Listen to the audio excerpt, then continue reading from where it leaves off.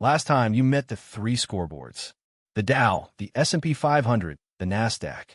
You learned that they're not places you can walk into, not exchanges, just numbers that measure whether the market as a whole is up or down. And by the end, you could read them. But a quiet question was left hanging in the air, the question that actually matters to your life. Can you make money from them? Not from understanding them, from owning them. That is what these next minutes are for. Start with the strange part, because it trips up almost everyone.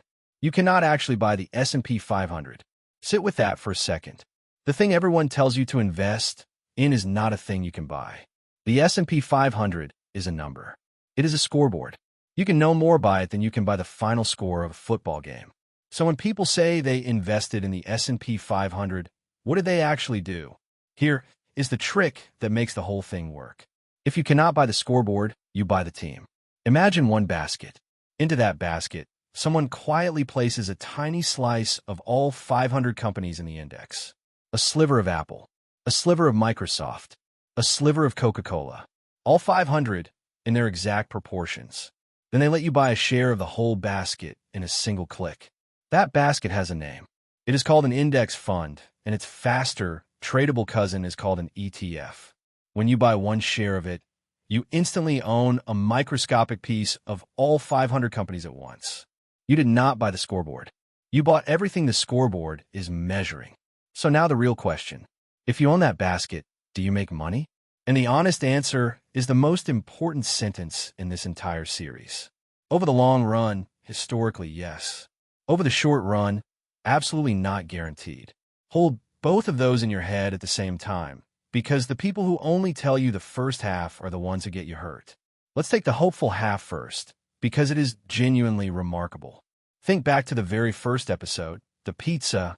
A company raises money, grows, and the slice you own grows with it. An index fund is just that same idea, multiplied by 500. You are not betting on one company surviving. You are betting that the largest businesses in the country, taken together, will be worth more in 20 years than they are today. And across the entire history of the American market, through wars, through crashes, through every prediction of the end, that bet has paid off. The S&P 500 has returned, on average, something close to 10% a year over the long run. Not every year. On average, across decades. And here is where a slow, almost boring force becomes the most powerful thing in your financial life. Its name is compounding. Compounding means your gains start earning gains of their own. The first year, your money grows. The second year, your bigger pile grows. The third year, the even bigger pile grows. It starts as a trickle you would barely notice. But given enough time, that trickle becomes a flood. This is why the single most valuable ingredient in investing is not being clever. It is being patient. Time is the engine. You are just the person who has to leave it alone long enough to run. Now, you might be thinking, this sounds too gentle to be real. Surely a smart expert with a fancy strategy can beat a dull basket of 500 companies. It is the most natural assumption in the world. So let me tell you about a bet. In 2007, a man named Warren Buffett, probably the most famous investor alive, made a very public wager.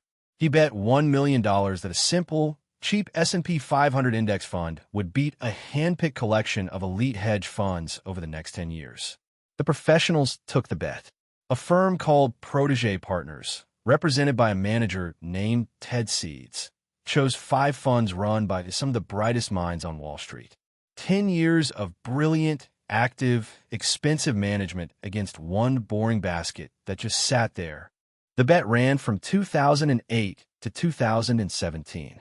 It started, almost cruelly, with the worst crash in a generation. And when the 10 years were up, it was not close. The simple index fund had roughly doubled the money.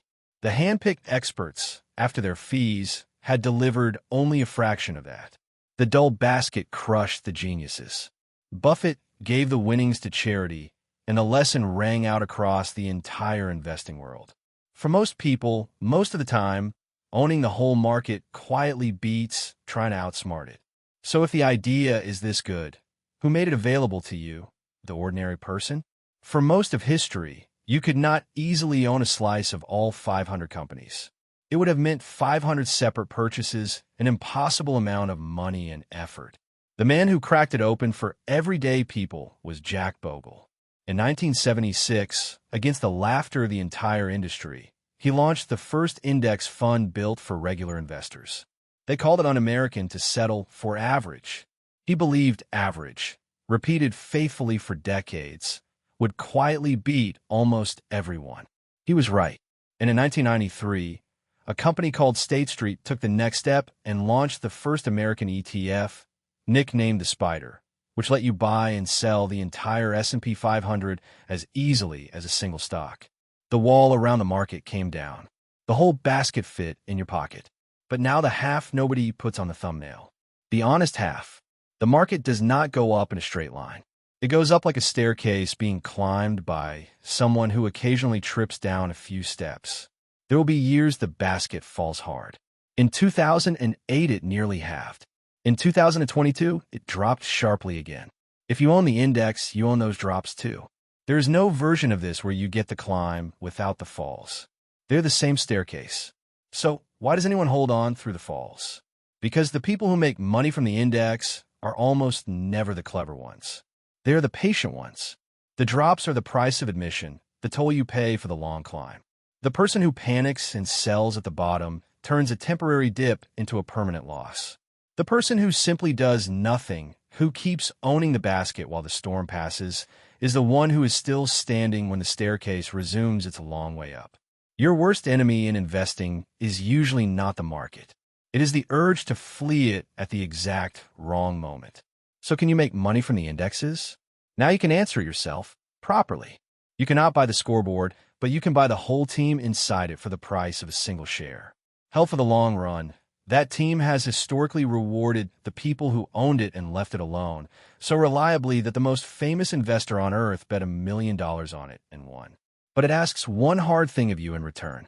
It asks you to stay seated through the falls. The reward is real, but it is paid out in patience, not in cleverness. You started this episode wondering whether the scoreboards you learned to read could ever actually pay you. And the quiet truth is that they can, but only if you understand that you were never really buying a number on a screen. You were buying a piece of almost every important business in the country, and then giving it the one thing it needs most from you. Time. I'll see you in the next one. Until then, keep it simple, and let the basket do the heavy lifting.